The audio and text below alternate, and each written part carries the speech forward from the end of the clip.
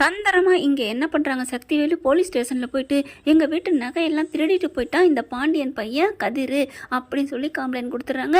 அவங்களும் பார்த்தீங்கன்னா அங்கேருந்து நேராக வந்துடுறாங்க.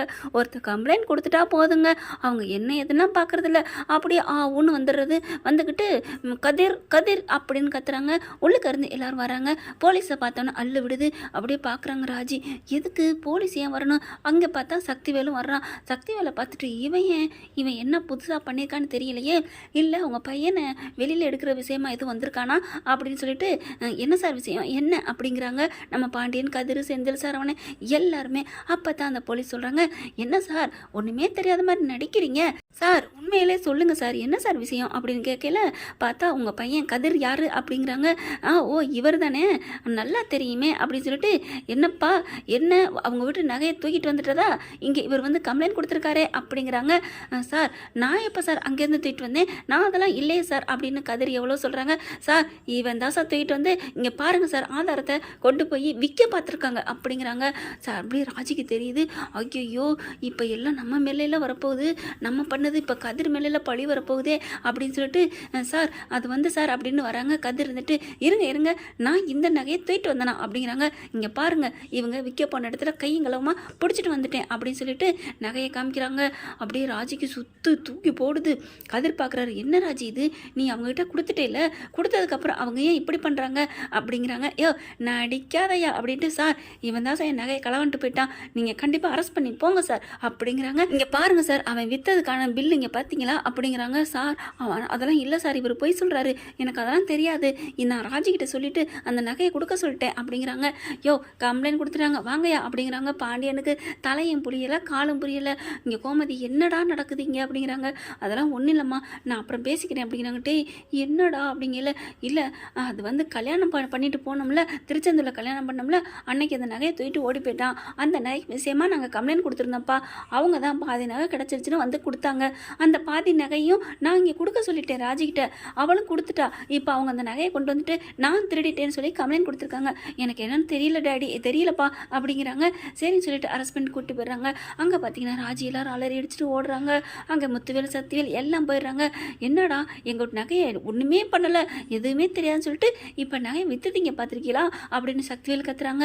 முத்துவேல் என்ன சொல்கிறதுன்னு தெரியாமல் தவிக்கிறாரு. 1000 இருந்தாலும் பொண்ணு மாப்பிள்ளையாச்சே, அப்படியே அடக்கமாக நிற்கிறாங்க. என்னன்னு பேசாமல் நிற்கிற, அது நம்ம விட்டு நகைனே, அவன் எப்படி தூக்கிட்டு போயிட்டு ரொம்ப சம்பமாக பேசினா, இதில் வேற நம்ம பிள்ளை மேலே குற்றவாளின்னு சொல்லிட்டு உள்ளார வச்சாங்க, இப்போ என்ன பண்ண போகிறாங்களாம் அப்படி இப்படின்னு கத்துறாங்க. கரெக்டாக அங்கேருந்து பார்த்தீங்கன்னா இன்ஸ்பெக்டர் வந்துடுறாருங்க.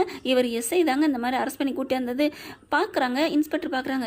கதிர் என்னப்பா என்ன வாரத்துக்கு ஒருக்கா வந்துக்கிட்டே இருப்பியா, இப்போ தான் வந்துட்டு போனேன், நாங்கள் மறுபடியும் வர சொல்லலையே, அவன் பாதி நகை தான்ப்பா கொடுத்தான், மீதி நகை கொடுக்கலப்பா அப்படி இப்படிங்கிறாங்க. அப்போ தான் பார்க்குறாங்க என்ன நடக்குது, என்ன பாதி நகை என்ன மீதி நகை அப்படின்னு முத்துவேல் கேட்குறாங்க. அப்போ தான் என்னையா இவ்வளோ கூட்டம் அப்படிங்கல, சார் இவங்க நகையை இவன் திருடிட்டு போய் விற்றுருக்கேன் சார், அதுக்கு ரசீதோடு இவர் வந்து கம்ப்ளைண்ட் கொடுத்துருக்கார் சார் அப்படின்னு சக்திவேலை பற்றி சொல்கிறாங்க. பார்க்குறாங்க, என்னது நகையை இவர் திருடிட்டு போயிட்டாங்களா, என்னையா நீ இல்லையோ அதனால் உனக்கு தெரியல, நீ லீவில் இருந்த இப்போ தான் வந்திருக்க அதனால் உனக்கு புரியலை அப்படின்ட்டு அங்கே எல்லாத்தையும் பார்க்குறாங்க. பாண்டியன் குடும்பம் எல்லாம் வந்துடுறாங்க. இங்கே முத்துவேல் சக்திவேல் அம்பிட்டு வந்துடுறாங்க. பார்த்தா அப்போ தன்னால அங்கே இருக்க முடியல, அதுவும் வந்துடுது. அதுக்கப்புறம் தான் பார்க்குறாங்க என்ன நடக்குதுன்னு தெரியாமல் அப்படி முழிக்கிறாரு முத்துவேலு. சார் இங்கே பாருங்கள், இந்த நகை காணாமல் போனது உண்மைதான், அது கிடச்சாச்சு, அந்த பயலையும் அடைச்சி வச்சாச்சு, அதுக்கப்புறம் அது கதிர்கிட்டையும் கொடுத்துட்டோம், அவங்க என்ன பண்ணாங்க எது பண்ணாங்கன்னு தெரியாது, அது அவங்க நகை தானே, இதில் என்ன இருக்குது அப்படிங்கிறாங்க. அதுக்கப்புறம் அது எங்கள் நகை, அவனுக்கு திருப்பி கிடச்சிட்டா அவன் வச்சு கொண்டே விற்கலாமா அப்படி இப்படின்னு கத்துறாங்க. கரெக்டாக பாயிண்ட்டை பிடிச்சிடுறாரு இன்ஸ்பெக்டர். வரேன் வா அப்படின்னு சொல்லிட்டு, முன்னாடி என்ன சொன்னீங்க, உங்கள் வீட்டிலேருந்து நகையை திருடிட்டு ஓடிட்டாரு, திருடிட்டு வந்து விற்க போனாருன்னு சொல்கிறேன், இப்போ என்னடனா அவன் கொண்டாந்து கொடுத்தாலும் எங்கிட்ட கொடுத்துருக்கணும் அப்படின்னு சொல்கிறேன். அப்போ ஆக மொத்தம் அவங்க விற்க போகிற இடத்துலேருந்து நீ வாங்கிட்டு போயிட்டு இப்படி அவங்க மேலே கம்ப்ளைண்ட் கொடுக்குறியாயா, என்னையா நீ நினச்சிட்டு இருக்க அப்படிங்கல. ஐயோ கரெக்டாக கண்டுபிடிச்சிட்டானே அப்படின்னு சக்திவேல் பார்க்குறாரு. உடனே அந்த போலீஸ்கார் பார்க்குறாங்க, என்னையா என்ன பார்க்குற, கரெக்டாக கண்டுபிடிச்சிட்டானே இந்த போலீஸ்காரன் அப்படின்னு பார்க்குறியா, அதாயா எங்களோட போலீஸோட மூளை, என்னென்ன பண்ண ரெடியாக இருக்கிற, நீ பெரிய ஆளியா பெரிய கில்லாடி, எங்கே கம்ப்ளைண்ட் என்னன்னு கொடுத்துருக்க அந்த குடியா அப்படின்னு சொல்லிட்டு அந்த எஸ்ஐட்டை வாங்கி பார்க்குறாங்க. பார்த்தோன்னே அப்படியே பார்க்குறாரு, அள்ளு விட்டுருது. அட பாவி என்னடா இப்பெல்லாம் கம்ப்ளைண்ட் கொடுத்துருக்கீங்க அப்படின்னு சொல்லிட்டு, ஏயா இவன் சொன்னால் அப்படியே நம்பிடுவீங்களா, என்னதான் இருந்தாலும் அவங்க பொண்ணும் மருமையும் தானே, அப்படி இருக்கல பொண்ணுக்கு உரிமை இல்லையா அப்படிங்கிறாங்க. சார் அது வந்து சார் அப்படி இப்படின்னு சொல்ல, பையா அப்படின்னு சொல்லிட்டு இங்கே பாருங்கள் முத்துவேல் சக்திவேல் சார், இந்த நகையை திருடிட்டு போயிட்டான் ஒருத்தன், அதை நாங்கள் தான் கொடுத்தோம், அதில் பார்த்தீங்கன்னா இந்த மாதிரி நடந்திருக்கு. ஏம்மா நீ என்னம்மா பண்ண? இல்லை என் புருஷனுக்காக நான் தான் கொண்டு போய் அடமானம் வைக்க போனேன், 10வது நினச்சிட்டு விற்றேன், எப்படி என் புருஷன் சம்பாதிப்பார், அதுலேருந்து அந்த நகையை மீட்டலாம், இல்லை அதே மாதிரி நகையை வாங்கி கொண்டே கொடுத்துடலாம் அப்படின்னு தான் நான் கொண்டு போய் வச்சேன் விற்றேன். ஆனால் இப்படி எங்கள் சித்தப்பாப்பெல்லாம் பண்ணுவார் நான் நினைக்கவே இல்லை. இதுக்கும் என் வீட்டுக்காரருக்கோ இல்லை எங்கள் வீட்டு சம்மந்தப்பட்டவங்களுக்கோ எந்த சம்மந்தமும் இல்லை. இன்னொன்று சொல்கிறேன், எங்கள் வீட்டில் இருக்கவங்க யாருக்குமே அடுத்தவங்க ஒரு குண்டு மணி கூட ஒத்த பைசா கூட வாங்கி திங்கணும் அனுபவிக்கணும் அப்படின்னு நினச்சதே இல்லை. எல்லாமே எங்கள் மாமா தான் கஷ்டப்பட்டு உழைக்கிறாங்க, வீட்டில் இருக்க 50 பேருமே பாடுபடுறோம், நான் அங்கே போய் நல்லா தான் சார் இருக்கேன் அப்படின்னு ராஜி சொல்கிறாங்க. ஏன்னா குடும்பப்படுத்தின கூட அவங்க சொல்லுவாங்க இல்லையா, அதனால் முன்னாடியே ராஜி சொல்லிடுறாங்க. அப்புறமா கதிர் ராஜியை முறைச்சிக்கிட்டே இருக்காங்க. சாரிடா சாரிடா அப்படிங்கிறாங்க. அதுக்கப்புறம் முத்துவேல் பார்க்குறாங்க, சக்திவேலை பிடிச்சி திட்டுறாரு. தேவையா? நான் தான் சொன்னேன்ல பொறுமையா இருண்டு. அண்ணே நீ உன் மகளுக்காக பேசுவ, என்ன இருந்தாலும் அவள் வித்திருக்கால அந்த பயலுக்காக தானே அப்படி இப்படிங்கிறாங்க. என்னையா உனக்கு தகுந்த மாதிரி பேச்சை மாற்றிக்கிற, போங்கயா கிளம்பி அப்படின்னு சொல்லி எல்லாரையும் விரட்டி விட்டுறாங்க. அதுக்கப்புறம் கதிர் மேலே எந்த தப்பு இல்லைன்னு சொல்லி விடுதலை பண்ணிடுறாங்க. அப்படி கதிரை கூட்டிகிட்டு வெளியில் வராங்க. பரவாயில்ல உன் பொண்டாட்டி நல்ல மும்பரமாக தான் இருக்கா, ஆனாலும் என்னடா இந்தளவுக்கு உன் மேலே உசுராக இருக்கிறா, ஆனால் எங்கிட்ட ஒரு வார்த்தை சொல்லியிருக்கலாம்ல ராஜி அப்படிங்கிறாங்க. ஆனால் கதிர் கோவமாக வர்றாரு.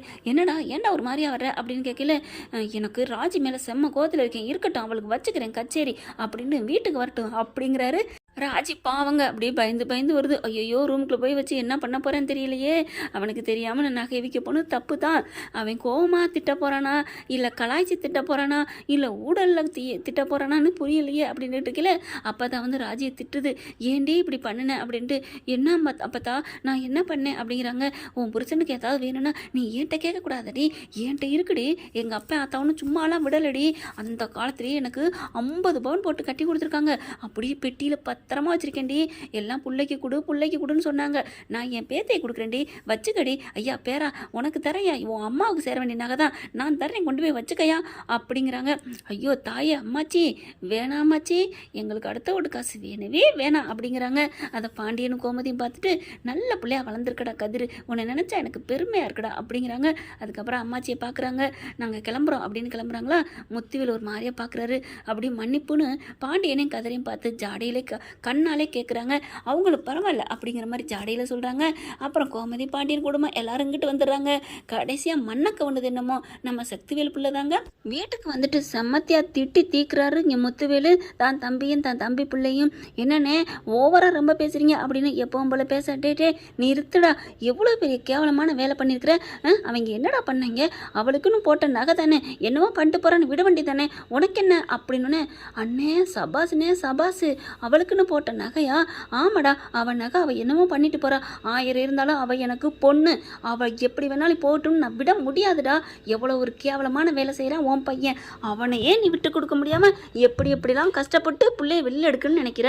அப்படி இருக்கல, அவள் ஏதோ ஆசைப்பட்ட பையனோட போயிட்டா, அது முடிஞ்சு போச்சு, அவளும் இப்போ நல்லா தான் இருக்கா. இனிமேல் அவளை பற்றி பேசுகிற வேலை வச்சுக்கிட்டேன்னு வையன் சக்திவேலு, நான் சும்மா இருக்க மாட்டேன், நீ என்ன வேணாலும் பேசினா நான் பொறுத்து போவேன்னு நினைக்கிறியா, அது மட்டும் நடக்கவே நடக்காது அப்படின்னு சொல்லிட்டு போகிறாங்க. அப்பாடா இப்போவா தைரியம் வந்து பேசிட்டானே நம்ம புரிச்சேன் அப்படிங்கிற மாதிரி ராஜி அம்மா நினைக்கிறாங்க. இங்கே வீட்டுக்கு வந்ததுக்கப்புறம் ராஜியை திட்டுறதா வைக்கிறதா ஒன்றும் தெரியாமல் கோமதி அப்படி முறைக்கிறாங்க. அத்தை ப்ளீஸ் அத்தை அப்படின்னு போய் கட்டி பிடிச்சி முத்தம் கொடுக்க, கையட்டி சீச்சி விடுறி அப்படின்னு சொல்லிட்டு சமாளிக்கிறாங்க. இங்கே பாருடி போடி அப்படிங்கிறாங்க. அத்தை ப்ளீஸ் அத்தை அப்படின்னு சொல்லிட்டு அப்படியே நிமிந்து பார்க்குறாங்க. கதிரு மறைக்கிறாங்க. ஐயோ மறைக்கிறானே இன்னைக்கு நான் எப்படி அப்படிங்கிற. ராஜி உள்ளவா அப்படிங்கிறாங்க. நான் வரமாட்டேன் நீ அடிப்ப அப்படிங்கிறாங்களா. வாரியா இல்லையா அப்படிங்கிறாங்க. ஓகே ஃப்ரெண்ட்ஸ், பார்க்கலாம் என்ன நடக்க போகுதுன்னு. இந்த பதிவு உங்களுக்கு பிடிச்சிருந்துச்சுன்னா உங்கள் பொண்ணான கையில் ஒரு லைக்கை போட்டு சப்ஸ்கிரைப் பண்ணிடுங்க. Thank you friends.